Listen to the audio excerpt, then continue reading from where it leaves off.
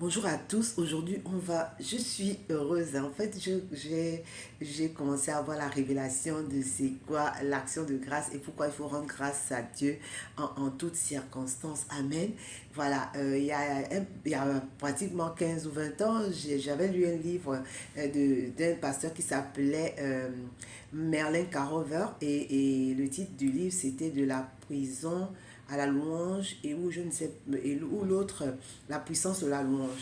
Et je n'étais pas encore chrétienne comme ça, je n'étais pas née de nouveau. Et puis, j'avais vraiment oublié ça. Et puis, il y a quelques temps, en fait, je suis allée à une librairie chrétienne et puis j'ai vu le livre. Il s'agissait de la puissance de la louange. Et puis, voilà, je me suis mise à lire et ça, ce que j'avais lu il y a des années, le Saint-Esprit m'a rappelé ça et j'ai pu voir combien de fois on rentre dans le repos lorsque on rend grâce à Dieu.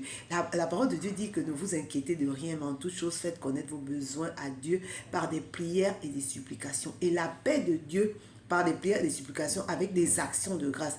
Et la paix de Dieu qui surpasse toute connaissance gardera vos cœurs et vos pensées en Jésus-Christ. Voilà, c'est-à-dire que l'action de grâce, l'action de grâce, Dieu, il est souverain. Dieu dit dans sa parole que ses projets pour nous sont des projets de paix et non de malheur, afin de nous donner un avenir et de l'espérance. C'est Dieu qui a parlé, on sait qu'il veille sur sa parole pour l'exécuter. Et Dieu dit que toute chose concourt pour le bien de ceux qui l'aiment, de ceux qui sont appelés selon ses desseins. Amen. Vraiment, du coup, quand tu vois qui est Dieu, il est le Dieu Tout-Puissant, il est El Elyon, le Dieu le plus élevé, il est l'alpha et l'oméga, et il est le maître des temps et des circonstances. J'ai compris que vraiment, à quoi bon m'inquiéter? Puisqu'il dit, à quoi bon m'inquiéter? Il dit même que qui par ses inquiétudes peut ajouter une coudée à sa vie.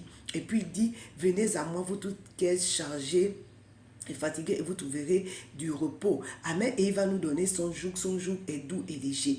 Lorsque tu penses comme ça, et puis lorsqu'on revient, par exemple, quand on voit les miracles que Jésus a accomplis, on a pu voir que si pour certains, par exemple, on va parler de toutes les fois où il a multiplié le poisson et le pain pour donner à une foule nombreuse. Et lorsque il y a ça, c'est-à-dire que ce n'était pas, il n'y avait rien qui poussait à rendre grâce parce que tout montrait qu'ils étaient dans le manque. Mais avant toute chose, il a rendu grâce à Dieu. Et on a vu comment Dieu a multiplié le pain, a multiplié le poisson. Il y a même encore eu des paniers qui sont restés. Amen.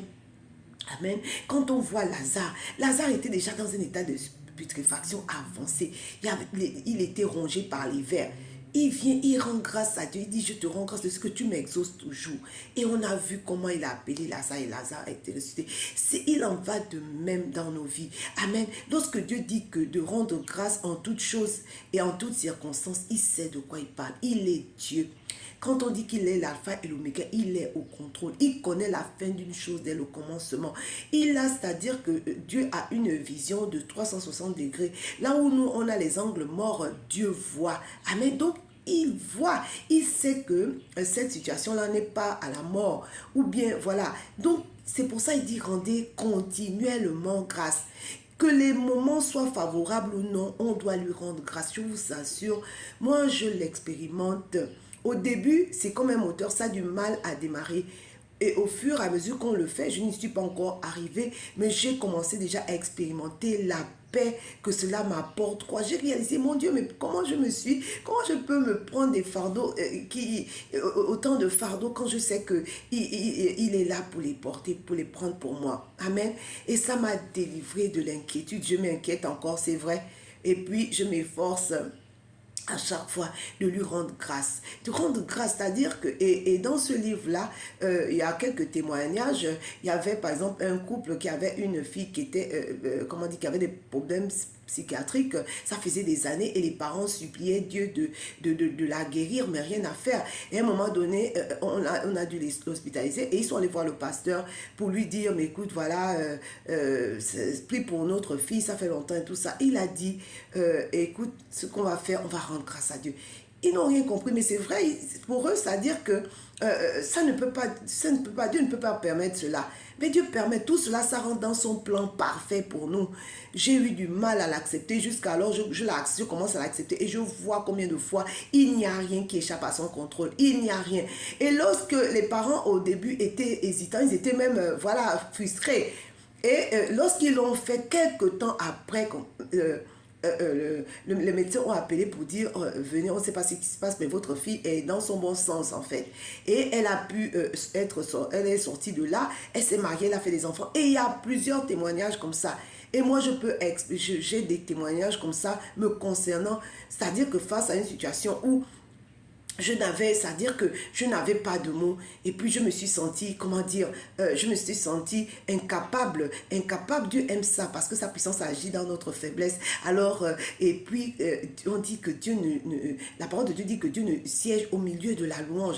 Au milieu de la louange. C'est-à-dire que les situations ne doivent pas être au-dessus de nous. Il est le Dieu le plus élevé. Il a le nom qui est au-dessus de tout nom, à la mention duquel toute situation, se prosterne. Amen.